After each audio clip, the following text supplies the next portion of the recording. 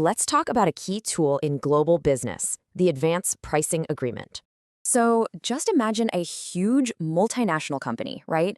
One that operates all over the world. It's selling parts from its branch in one country to a related branch somewhere else. So what's the right price to charge for that? It's actually a really tricky question. And that right there, that's the core problem of something called transfer pricing.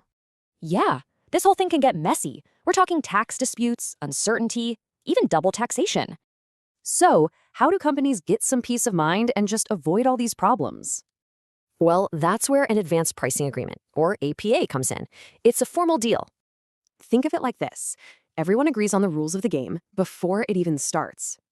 Now, these APAs aren't all the same. They actually come in 3 main flavors. It all just depends on how many countries' tax authorities are involved in the agreement. And you know what? This whole setup is basically a win-win for everyone involved.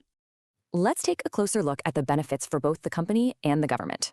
For the business, you get certainty, you dodge double taxation, and you save a ton of time and money.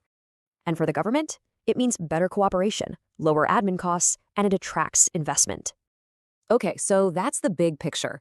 But what about the APA program specifically in India?